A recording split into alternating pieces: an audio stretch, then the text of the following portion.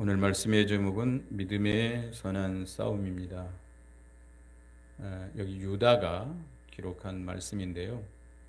유다는 예수 그리스도의 종이라고 자기를 소개했고 야고보의 형제인 유다라라고 이렇게 자기를 소개했습니다.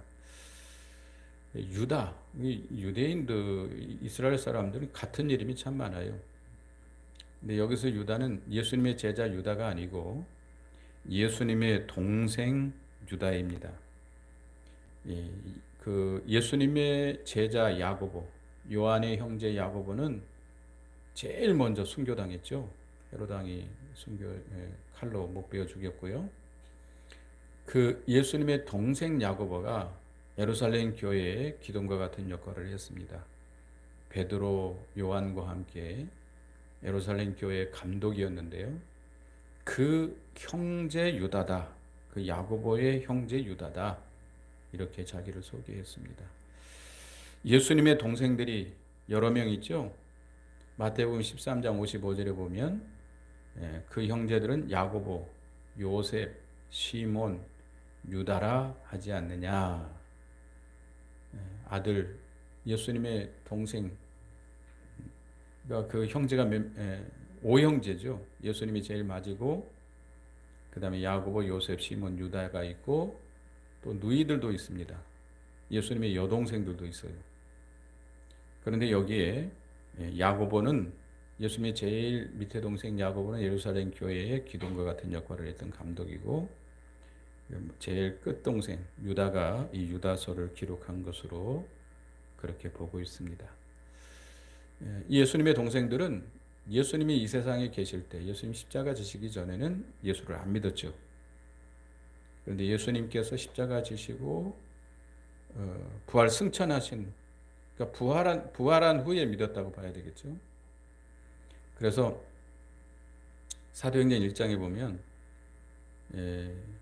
예수님이 승천하신 후에 감난산에서 승천했는데 그들이 마가의 다락방에 와서 예수님의 말씀대로 전문적으로 기도에 힘썼습니다. 그때 몇 명의 성도가 모여 있었죠? 120명의 성도가 모여 있었는데 그중 예수님의 11제자, 그 다음에 예수님의 형제, 동생들, 그 다음에 예수님을 따라다니며 섬기던 여자들, 막달라 마리아를 비롯해서 그 다음에 그 외에 성도들 다 해서 120명의 성도가 기도했다고 나옵니다. 근데 여기 유다는 바로 예수님의 동생 유다라고 우리가 보고 있습니다. 근데 그가 자기를 그리스도의 종이다라고 소개했습니다. 예수님의 친동생으로서 어떤 우월감을 가질 수 있겠지만 예수 그리스도의 종이다. 그것은 예수가 그리스도이심을 바로 깨달아 믿은 것이죠. 또 자신이 어떤 자인 것을 깨달아 알았기 때문에 자기를 그리스도의 종이다라고 이렇게 소개를 하면서 이제 성도들에게 편지를 하는데 오늘 여기 첫째는 성도는 하나님의 특별한 은혜를 받은 자이다 입니다. 성도들에게 편지를 하는데 그 성도들은 어떤 자들이냐? 첫째는 부르심을 받은 자 그랬습니다. 부르심을 받은 자.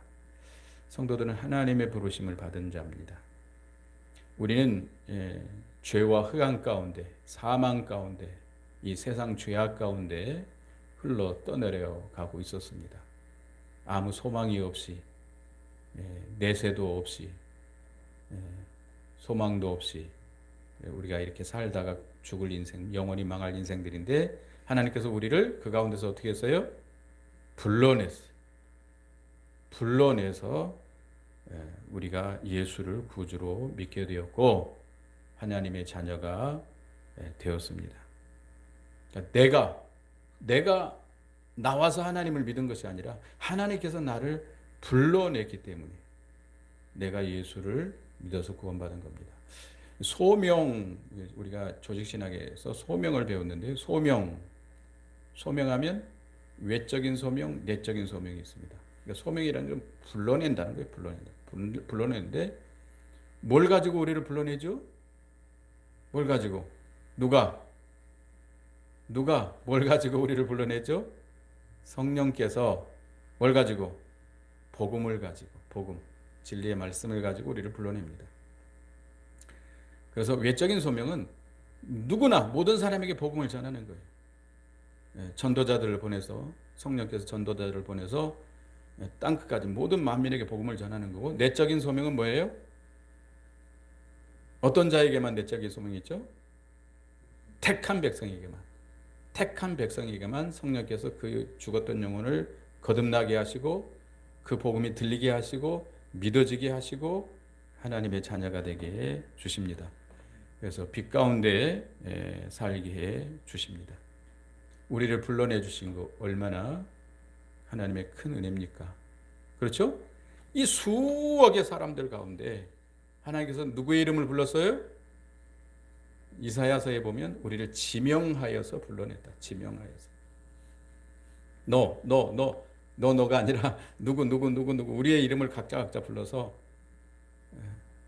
우리를 하나님의 것으로 삼아 주셨습니다. 이 죄악 가운데서, 이 죄악된 세상에서 불러내서 거룩해 하시고 우리를 거룩한 하나님의 자녀 삼아 주셨습니다. 감사하죠?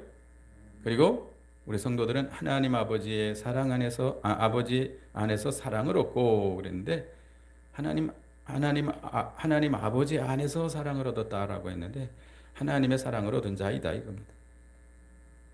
우리가 에베소서 1장에 보면 창세전에 그리스도 안에서 우리를 택하였다고 그랬어요. 우리를 택할 때 어떤 조건을 보고 택했다고 그랬어요? 뭘로 택했어요? 사랑으로 우리를 기뻐하셔서 무조건 택하여 주셨습니다. 택해 주시고 예수 그리스도를 보내셔서 우리를 대속해 주시고, 또 성령을 통해서 우리를 불러서 우리의 죽었던 영혼을 거듭나게 하시고 예수를 믿게 하시고 하나님의 자녀가 되게 하시고 하나님의 자녀의 권세를 주시고 영원한 하나님의 나라를 기업으로 주신 것. 이거 다 누구의 사랑이에요? 하나님의 사랑이에요. 하나님의 특별한 사랑을 받은 자들이. 감사하죠? 그런 사랑을 입은 자가 어디 있어요? 그렇게 사랑을 받은 자들이 천하의 모든 신들 가운데, 그 백성들 가운데 그런 사랑을 받은 자들이 어디 있어요? 우리와 같은 이런 예수 그리스도의 십자가의 대속으로 말미암아 구원받은 우리인데 특별한 사랑을 받은 자들, 또 우리를 지키심, 예수 그리스도를 위하여 지키심을 받은 자들이다 그랬습니다. 성도들은 하나님의 지키심을 입은 자들이에요. 하나님께서 우리를 잠시라도 지켜주지 않는다면 우리는 멸망당할 수밖에 없습니다. 마귀가 오는 사자와 같이 우리를 집어삼키고 맙니다. 물론 우리가 어려운 일을 당할 때, 정말 극심한 환난을 당할 때 마치 하나님이 우리를 버린 것 같은 생각이 들 때도 있습니다. 그래서 이스라엘 백성들이 이사야서 49장에 보면 하나님이 우리를 버린 거 아닌가? 라고 생각했다고 그랬어요. 이사야 49장 14절부터 보면 오직 시온이 이르기를 여호와께서 나를 버리시며 주께서 나를 잊으셨다 하였거니와 여인이 어찌 그 젖먹는 자식을 잊겠으며 자기 태에서 난 아들을 긍휼히 여기지 않겠느냐. 그들은 혹시 잊을지라도 나는 너를 잊지 아니할 것이라. 내가 너를 내 손바닥에 새겼고 너의 성벽이 항상 내 앞에 있나니. 여자가 말이에요, 갓난아이를 기르고 있는 여자가 아이를 잊을 수 있어요? 잊을 수 있어요? 항상 그 갓난아이를 그 눈앞에 두고 있죠. 무슨 일을 하더라도 귀는 그 갓난아이에게 가 있습니다. 안 그러면 그 갓난아이가 어떤 사고를 터뜨릴지 몰라요. 그 어렸을 때 엄마가 잠시 지키지 못함으로 해서 아이가 뜨거운 물을 만져가지고 이 막 화상을 입은 애들도 있고 다친 애들도 있고 그러잖아요. 그렇기 때문에 그 갓난아이 그 가지고 키우는 엄마는 항상 모든 신경이 그 아이에게 있어요.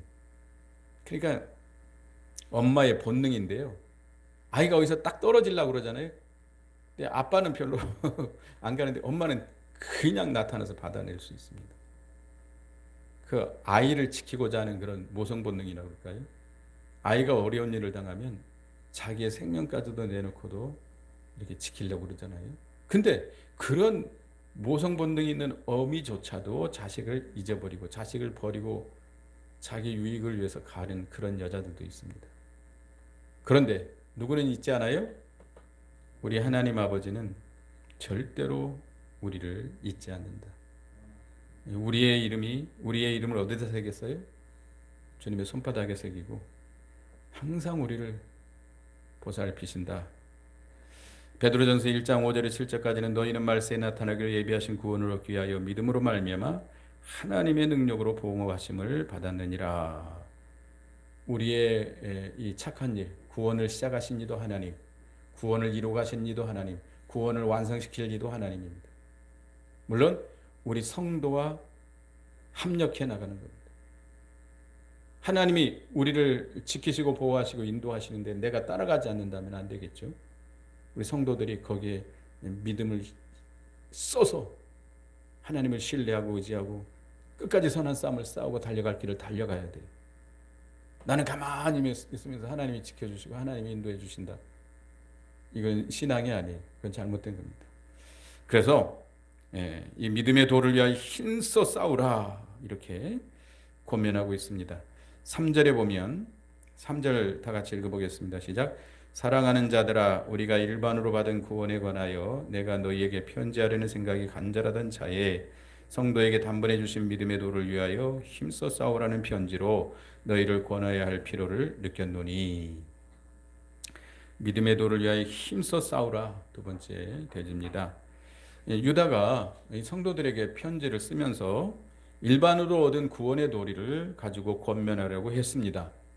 그런데 그걸 태도를 바꿔서 단번에 주신 믿음의 도를 힘써 싸우라고 편지할 필요를 느껴서 너에게 이렇게 편지를 쓴다. 이렇게 일반으로 얻은 구원의 도리는 뭘까요? 구원의 기본 도리죠. 예수를 믿으면 뭐 받는다? 구원받는다. 영생을 얻는다라는 겁니다. 근데 일반적인 구원의 도리 이것만 붙들고 있어서는 안 된다는 거죠. 왜냐하면 세상의 모든 기독교라고 이름을 내세우고 있는 모든 교회는 이걸 주장합니까? 안 주장합니까?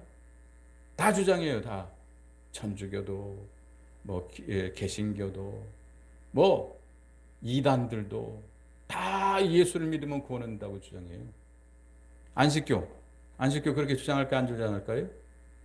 그렇게 주장해요. 신천지 가면 그렇게 주장할까 안 주장할까요? 그렇게 주장해요. 예수를 믿으면 구원한다고 주장해요. 또 여러분들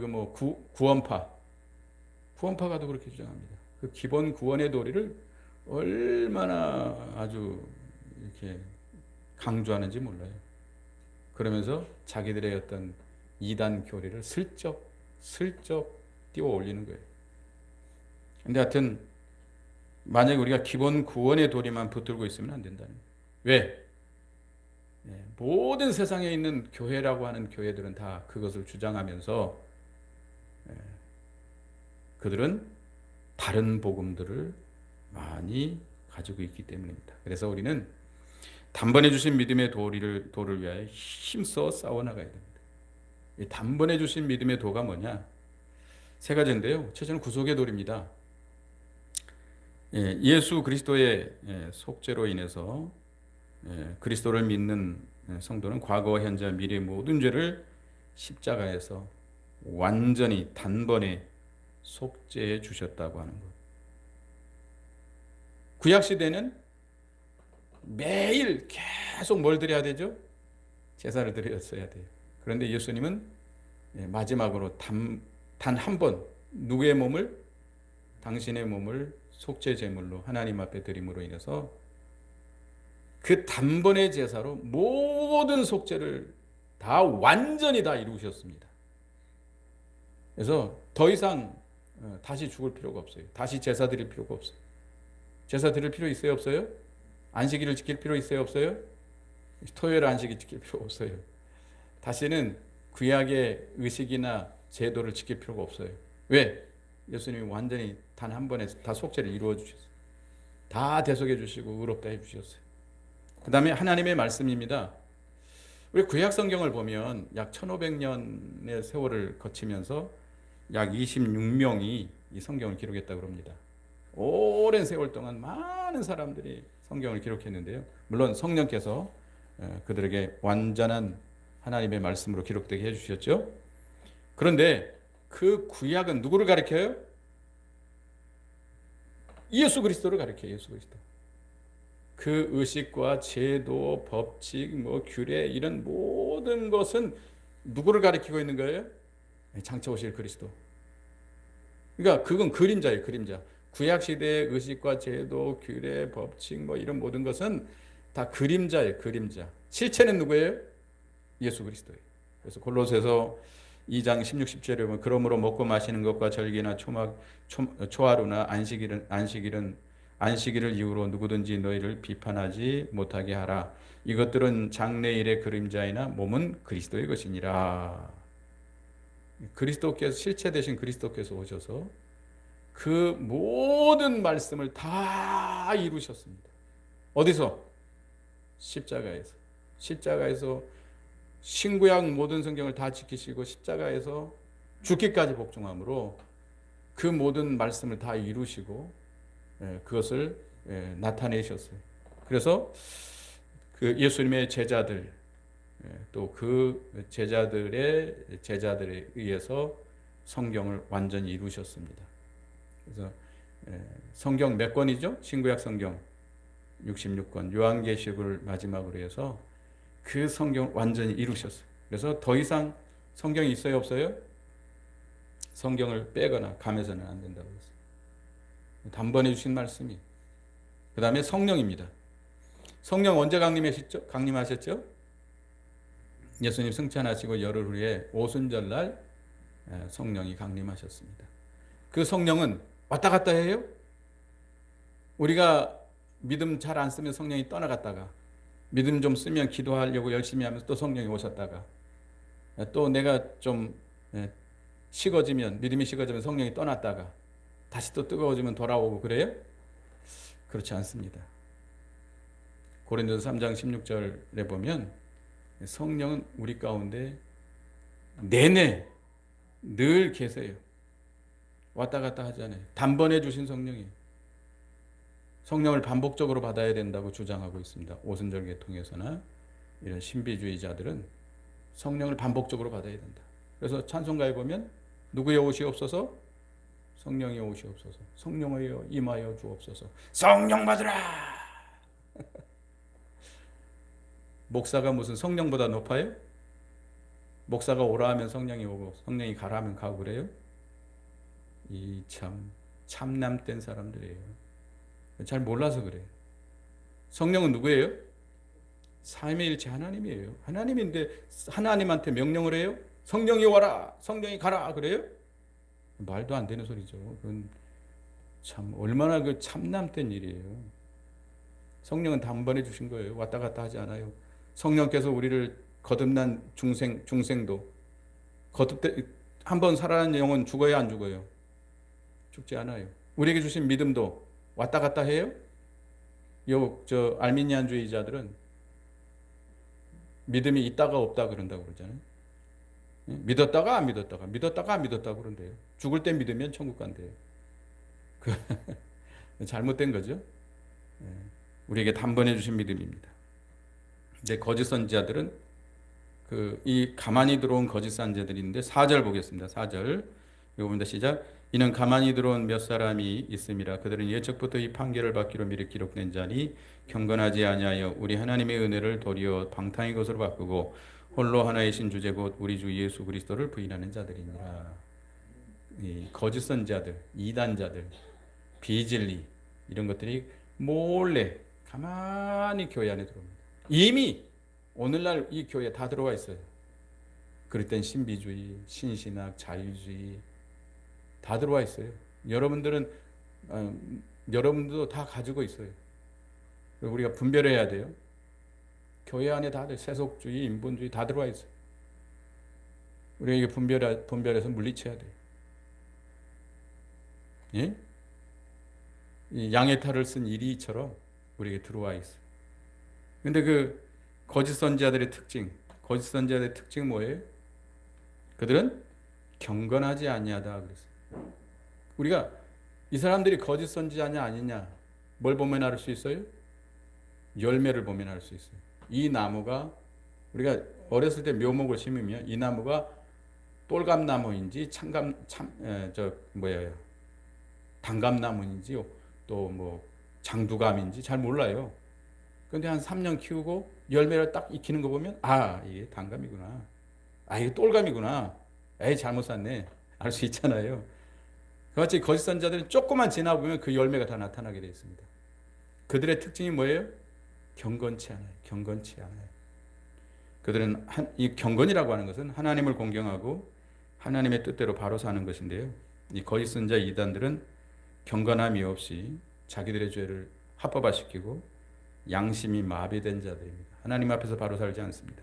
그래서 그 경건한 자를 심판한다고 그랬는데요. 15절 보겠습니다. 15절. 예수님 재림하셔서 불경건한 자를 심판한다고 15절 읽어봅니다. 시작. 이는 무사람을 심판하사 모든 경건치 않은 자와 경건하지 않게 행한 모든 경건치 않은 일과 또 경건하지 않는 죄인들이 주를 거스려 한 모든 완악한 말로 말미암아 그들을 정죄하려 하심이라 하였느니라. 우리는 경건해야 됩니다. 경건에 이르도록 뭐 하라고 그랬어요? 연습하라. 디모데전서 보면 경건에 이르도록 연습하라고 그랬어요. 기도하기를 연습해야 돼요. 알겠어요? 말하는 것도 연습해야 돼요. 함부로 말하고 욕을 섞어서 말하고 남을 뒤에서 수근수근 욕하고 비방하기 좋아. 그러면 안 돼요. 우리가 말하는 대로 뭘 받아요? 심판을 받아요. 내가 내 입 갖고 말하는데 왜 자꾸 간섭이냐라고 말하겠지만 간섭을 해야 됩니다. 자기 마음을 다스려야 돼요. 함부로 행동하면 안 돼요. 불경건하게 행한 자, 또 그 일, 경건치 않은 일들 있잖아요. 일들. 경건하지 않은 말들 다 심판받습니다. 근데 이 거짓 선자들은 경건치가 않아요. 우리는 경건한 자들이 돼야 돼요. 그 다음에 그들은 하나님의 은혜를 세격거리, 방탕한 것으로 바꾼다. 이 개역 한글 성경은 하나님의 은혜를 세격거리로 바꾼다 그랬습니다. 하나님의 주신 은혜의 기관인 교회와 성경과 신앙을 육체의 기여로 삼아서 음란하고 방탕하고 간음을 행합니다. 그러니까 이 이단들, 거짓 선지자들은요, 그 결과가 성적인 타락이에요. 음란방 꼭 그렇게 됩니다. 그들은 하나님 믿지 않는 자들이, 예수를 믿지 않는 자들이기 때문에, 다른 복음을 가진 자들이기 때문에 결국 인본주의, 이 육체의 욕심이 가장 최종적인 죄를 짓고 맙니다. 경건치 않으면서 나중에는 결국 음란 방탕으로 기울어집니다. 브라질에서 얼마 전에 아이들이 흙에 깔려 죽었다고 나왔잖아요. 들었어요? 그 아이들이 거기 어떤 아이들이죠? 한국에서 이단 집단들이 그쪽으로 이주해 가가지고 농장을 만들어서 거기 살고 있는 거기 그 아이들이 그런 그 이단들이 많다고 그러잖아요. 저 뉴질랜드, 호주, 브라질, 아르헨티나 이런 데 가면 한국에서 이게 간섭받기 쉽지 않으니까 아예 그 사람들 미혹해서 아예 다 이민을 갑니다. 이민을 가요. 가가지고 거기서 집단을 이루어서 교주가 돼가지고 그 사람들을 아주 부려먹는 거죠. 부려먹어. 그런 이단들이 엄청 많습니다. 이 방탕하고 음란하고 결국 그렇게 돼요. 그 다음에 그들은 누구를 부인해요? 홀로 하나이신 주제 곧 우리 주 예수 그리스도를 부인한다. 예수 그리스도를 부인해요. 그래서 예수님 제자들 당시에 예수님의 신성을 부인했습니다. 그 당시에 철학 사상, 그 이제 그노시스라고 하는 건데요. 그 영지주의. 그러니까 모든 영은 선하고 물질은 다 악하다. 그래서 예수님이 물질인 몸으로 오지 않았다. 예수님은 영으로 오신 거지 몸으로 오신 것이 아니다. 예수님의 부활도 영으로 부활한 거지 몸의 부활이 아니다. 이게 그 영지주의입니다. 제일 초대교회 이단이죠. 그러니까 그 예수 그리스도의 인성을 부인하고 또 어떤 자들은 예수 그리스도의 신성을 부인하고 또 예수님의 동정녀 탄생이나 육체의 부활이나 재림이나 십자가의 구속을 부인하고, 또 디도서에 보면 교리적으로는 예수님을 시인하지만 행위로 부인하는 자들이 있습니다. 그러니까 또 여기 홀로 하나이신 주제라고 그랬는데 예수 그리스도의 주권을 부인하고, 예수님의 유일하신 속죄를 부인하고, 성경의 유일한 하나님의 말씀인 것을 부인합니다. 그래서 성경만 하나님의 말씀이 아니다. 그래서 이단자들은 자기들의 교리를 이렇게 따로 정리해 가지고 그걸 성경과 같은 권위로 이렇게 주장을 합니다. 그건 잘못된 거죠. 그건 이단들이 유일하신 하나님의 인도와 주장을 받지 않고 자기 주장대로 세상 중심으로, 육신 중심으로 살아가게 됩니다. 그러니까 우리는 유일한 우리의 주제이신 예수 그리스도의 인도와 주장만 따라 살아야 돼요. 이 이단들은 대개 우리를 어디로 기울어지게 만들어요? 세상주의, 인본주의로 기울어지게 만듭니다. 성경 말씀을 떠나게 만들고. 그래서 우리가 이 이단들은 그런 특징이 있다. 경건하지 않되 하나님의 은혜를 방탕한 것을 바꾸고 홀로 하나이신 주제 예수 그리스도를 부인한다. 이단들을 바로 알아야, 거짓 선자를 바로 알아야 우리가 그들에게 미혹당하지 않을 거 아닙니까? 그들은요, 데살로니가 전서에 보면 그들은 이적도 행하고 능력도 행하고 표적도 행한다고 그랬습니다. 우리를 미혹해. 광명한 천사와 같이 가장해서 우리를 미혹합니다. 그래서 예수님도 말세의 제일 첫 번째 징조를 말씀하시면서 뭐라고 말씀했죠?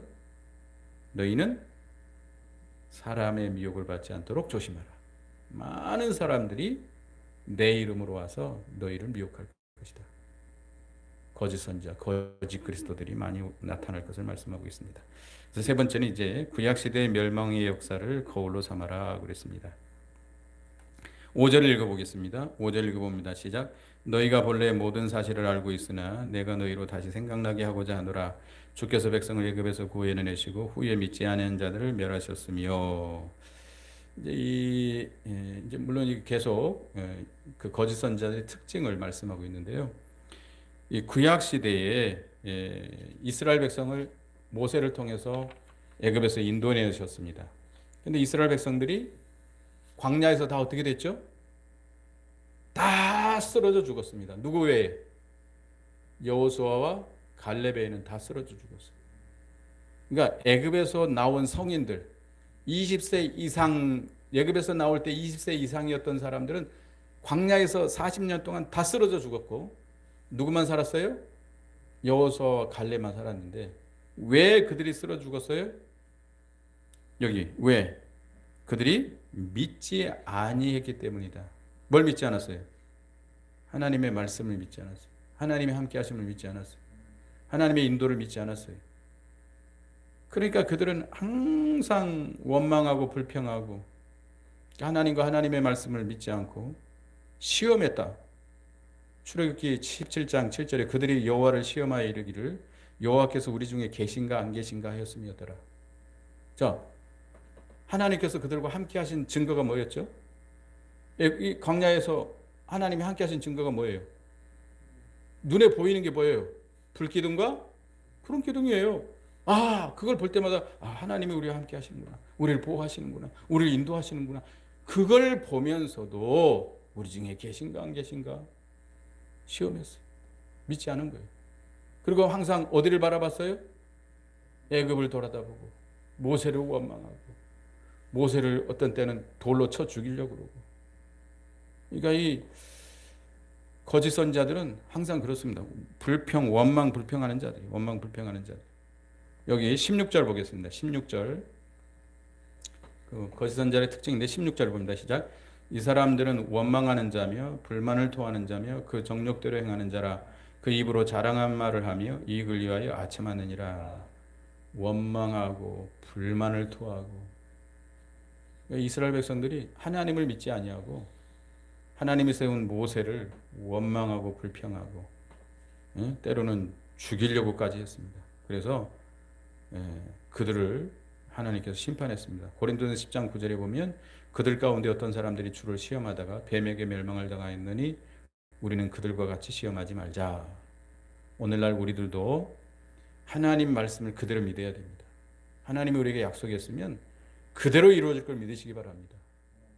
그것이 우리에게 불가능할 것 같아도 지금 내가 당한 상황이 너무나 힘들고 어려워도 하나님의 말씀을 붙드시기 바랍니다. 하나님을 믿으시기 바랍니다. 하나님이 함께 하세요? 함께 하세요. 함께 하심을 믿으세요. 아까 얘기했잖아요. 하나님 우리를 지켜주신다고 했어요.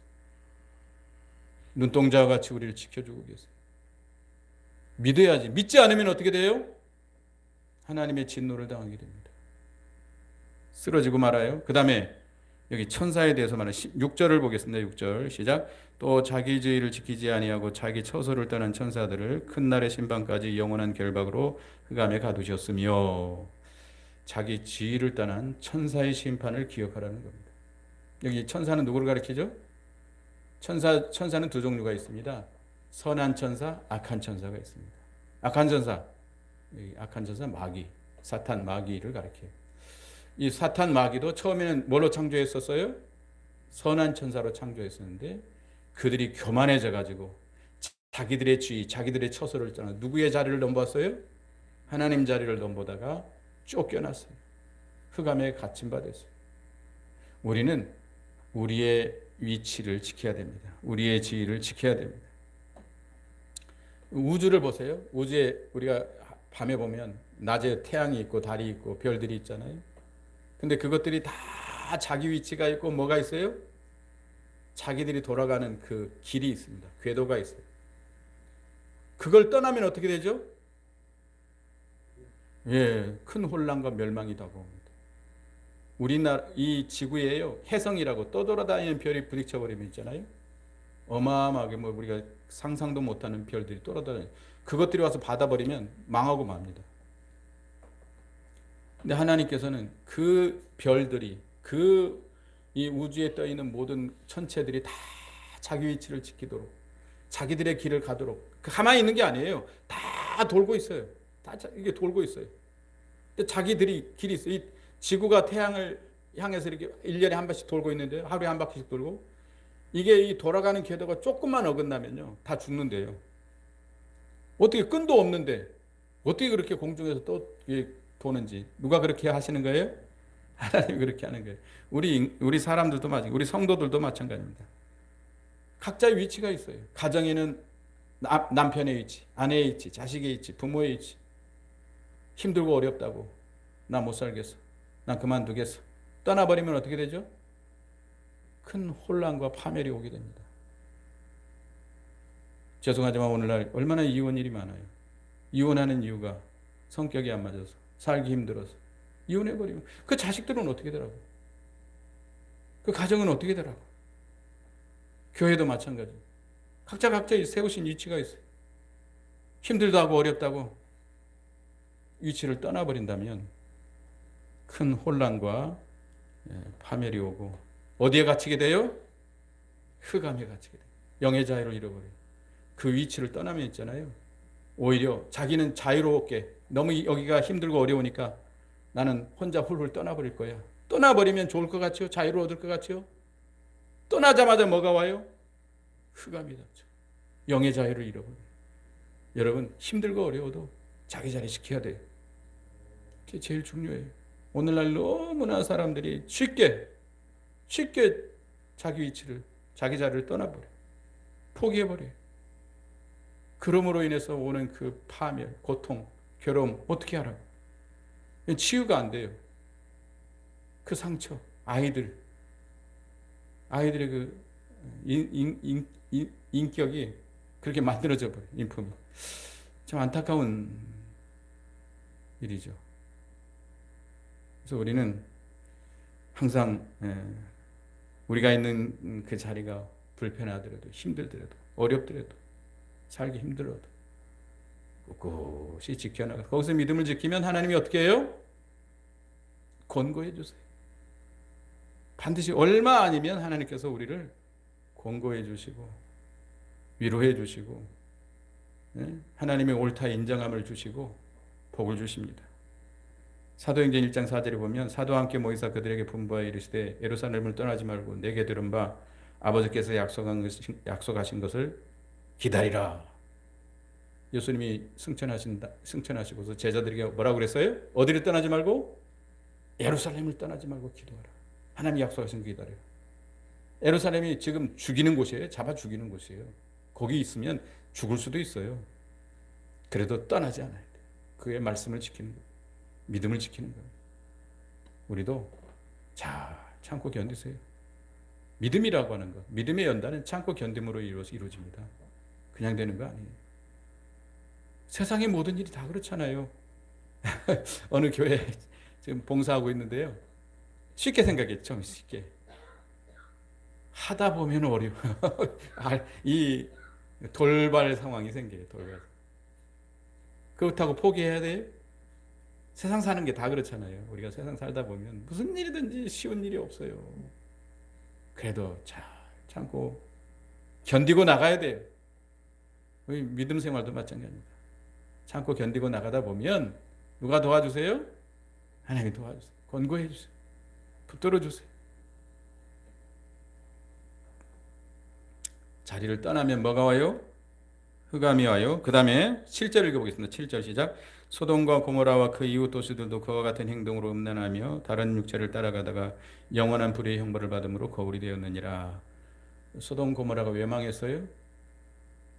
음란하고 이 다른 육체를 따라. 다른 육체가 뭐예요? 동성애죠. 동성애. 동성애 하다가 망했습니다. 불심판을 받아서 유황불이 쏟아져서 다 죽었어요. 말세에도 어느 시대와 같다고 그랬어요? 누가복음 17장 26절 29절에 보면 말씀에도 노아 시대와 같이 사람들이 먹고 마시고 시집가고 장가가고 소돔 고모라와 같이 그런 시대가 온다고 그랬습니다. 그래서 이 말세에 얼마나 지금 음란한 시대가 됐습니까? 음란한 시대예요? 음란한 시대. 얼마나 사람들이 음란하고 방탕한지. 이 정부는 어떻게 될지 모르겠지만 지금 이 정치 하려고 하면요, 장관이든지 뭐든지 국회의원이든지 동성애에 대해서 반대하는 의견을 내면 다 탈락입니다. 다 탈락. 그죠? 청와대 비서관 그 사람이 동성애를 비판하듯이 말했는데 탈락했어요. 임명받았다가 탈락했어요. 동성애 퀴어 축제라고 그러죠. 국민의 세금을 쏟아부어가지고 성소수자들이 축제를 벌이는데요. 몇 박 며칠을 축제를 벌여요. 그거를 경찰들이 다 보호해주고요. 그 비용을 누가 다 대줘요? 국가에서 세금으로 다 대줘요. 그거를 전국 방방곡곡에서 다 하고 앉아 있어요. 그게 무슨 짓이야 그게. 그런 죄를 지으라는 거예요. 뭐예요? 군대 가면 여자가 많아요? 남자가 많아요? 남자들이 많죠? 그래서 요즘은요, 남자들끼리 그런 성범죄가 일어난대요. 재판정에서 그건 불법이 아니다, 죄가 아니다라고 판결을 내렸어요. 이게 무슨 세상입니까, 이게? 이런 세상이에요, 이런 세상. 참, 우리가 이 세상의 죄를 바라볼 줄 알아야 됩니다. 우리는 절대로 그런 죄에 빠지지 말아야 돼요. 우리의 몸은 누구의 몸이에요? 예수 그리스도께서 피로 값주고 사신 주님의 것입니다. 성령께서 거룩한 성전 삼고 계시는 거룩한 몸입니다. 이 성전을 더럽히는 자는 멸하신다고 그랬습니다. 그래서 우리는 음란에 빠지지 않도록 해야 돼요. 그래서 고린도전서 6장 18절에 보면 음행을 피하라. 사람이 범하는 죄마다 몸 밖에 있거니와 음행하는 자는 자기 몸의 죄를 범하느니라. 음행죄에 빠졌다면 홀이라도 남김없는 회개를 해야 돼요. 누구와 같이? 다윗과 같이 철저하게 밤마다 눈물로 침상을 띄우도록 요를 다 적시도록 철저하게 회개해야 돼요. 다시는 그런 죄에 빠지지 말아야 돼요. 그래서 이런 이 거짓 선지자들도 8절 읽어보겠습니다. 시작. 그러한데 꿈꾸는 이 사람들도 그와 같이 육체를 더럽히며 권위를 없인 여기며 영광을 비방하였도다. 이 거짓 선지자는 꿈꾸는 자들이에요. 꿈은 현실이에요? 현실이 아니에요? 실현성이 없는 것들이에요. 꿈꾸는 자들은 결국 이 현 세상에 있는 것들, 세상의 일만 생각합니다. 세상은 뭐와 같아요? 세상 사는 건 꿈과 같다고 그러잖아요. 꿈. 이건 참된 게 아니에요. 다 지나가고 말 것들입니다. 영원한 참된 것은 어디에 있어요? 천국에 있어요. 말씀대로 산 것만 영원히 남습니다. 근데 이 거짓 선지자들은 우리를 자꾸 세상주의로 육체주의로 끌어갑니다. 우리는 절대로 세속주의, 육체주의에 빠지면 안 됩니다. 하나님의 말씀대로 믿음의 길을 걸어가야 됩니다. 그래서 그들은 소돔 고모라 사람들처럼 육체를 더럽히고 권위를 없인 여기고 영광을 회방한다고 그랬습니다. 그래서 이 말세를 당한 이때에 우리는 단번에 주신 믿음의 도를 가지고 믿음의 선한 싸움을 싸워나가야 되겠습니다. 미혹받지 말아야 돼. 잘 분별하고 믿음에 굳게 서서 자기를 지켜나가야 되겠습니다. 신앙 양심을 똑바로 쓰고 진리를 지켜나감으로 미혹당하지 말고 믿음의 길을 걸어갈 수 있도록 우리도 구약 시대에 이렇게 이스라엘 백성들처럼 또 자기주의를 떠난 천사들처럼 소돔 고모라처럼 하나님 앞에 범죄하다가 멸망당하는 자들이 되지 않도록 힘써야 되겠습니다. 기도하겠습니다. 하나님 은혜 감사합니다. 우리를 불러내시고 사랑을 입혀주시고 지켜주시는 주님 은혜를 감사합니다.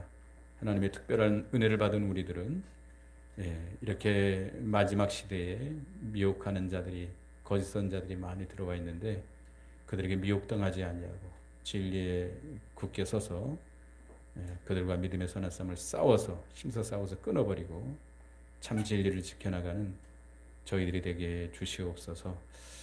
우리는 이 구약시대 이스라엘 백성들처럼 광야에서 하나님을 믿지 아니하다가 멸망당하는 자들처럼 되지 말게 하시고 자기주의를 떠나다가 흑암에 갇히게 된 천사와 같은 마귀와 사탄과 같은 자들이 되지 않게 하시고 소돔 고모라와 같이 음란방탕하다가 망하는 자리에 빠지지 않도록 또 꿈꾸는 자가 되지 않도록 삼가 조심하고 믿음을 지켜나가는 저희가 되게 해주시옵소서. 예수님의 이름으로 기도드리옵나이다.